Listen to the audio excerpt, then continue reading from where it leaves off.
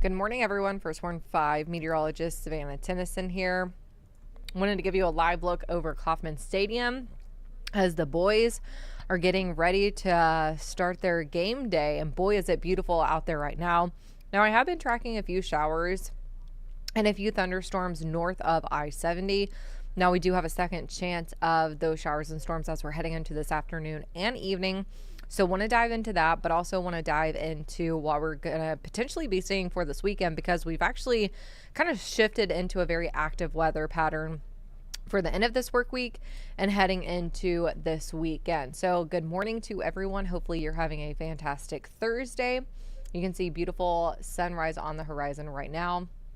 Let's talk about, though, what the forecast is going to be looking like as we head into today. So we have a first warn in place for today, and that's all thanks to some isolated showers and storms. Take a look at this, some of which could be on the strong to severe side. That first round ongoing right now, and that second round later on today. Still lots of sunshine, plenty of dry time to get out the door. So here's what it's looking like, the bigger picture of it. We have a few showers trying to pop up over in Camden, continuing to move over towards the east. And then as we're heading over towards the south, that's where we see mostly clear skies.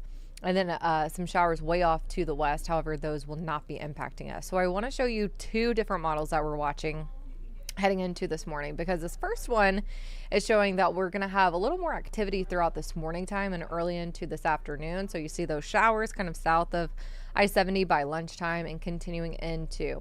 However, this model actually keeps us dry for a lot of tonight, meaning that it's saying that we're not going to have that second round of showers and storms. However, another model is showing that we will have some pop-up showers and storms, but the good news is most of it is actually going to be way up towards our north. So take a look at this. Those showers popping up 6, 7, 8 o'clock over in St. Joe, Maryville, Cameron, and these will continue to move over towards the north and the east. You see they stay very, very north of I-70, so that's good. Of course, we're going to continue to monitor this, anticipate maybe a few isolated showers through mid-morning, clearing out for this afternoon, and then another round as we're heading into later on this evening and into our overnight hours. So 2 rounds. Here's what it's looking like for kind of the Storm Prediction Center outlook. Here in Kansas City, we're still under that level 1 out of 5. However, that slight risk level 2 out of 5 has been bumped up just a little bit. So St. Joe is now just under a level 1 out of 5. Over in Cameron, Bethany, and Maryville under that 2 out of 5. That is where we're anticipating to really start to see the firing up of strong storms. That means that we could have gusty winds, quarter-size hail. And also, we cannot rule out the possibility of an isolated tornado spin up in that location for the second round later on today. We actually already saw 2 severe thunderstorm warnings, which was just one storm as it moved out of our area. So we do have the ingredients in the atmosphere. 80 degrees is what we're going to be at for this afternoon. Can you believe it? Super warm by the time we're heading into tomorrow. Still staying warm, but windy. And then by this weekend, we also have more first warns in the forecast. So tomorrow, we could have wind gusts upwards of 35, maybe 40 miles an hour at times. We don't have a wind advisory quite yet, but we're watching to see if they do upgrade us to that, especially heading into tomorrow.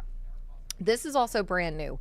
We now have a marginal risk level 1 out of 5 for strong to severe storms for your Saturday evening, as that cold front is going to be rolling through. This severe weather risk continues actually into your Sunday. This weather risk goes from 7 a.m. until 7 a.m. on Sunday. So we could have a few more south of I-70 and towards the east too that become strong to severe.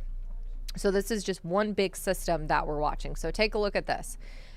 This model is showing that we're going to be staying dry throughout Saturday. However, another model that we're showing is saying that we could get a little rain here and there. So mostly dry on Saturday. That front comes through, pulling in some showers, some thunderstorms, continuing to cause the atmosphere to become a little more unstable compared to the day.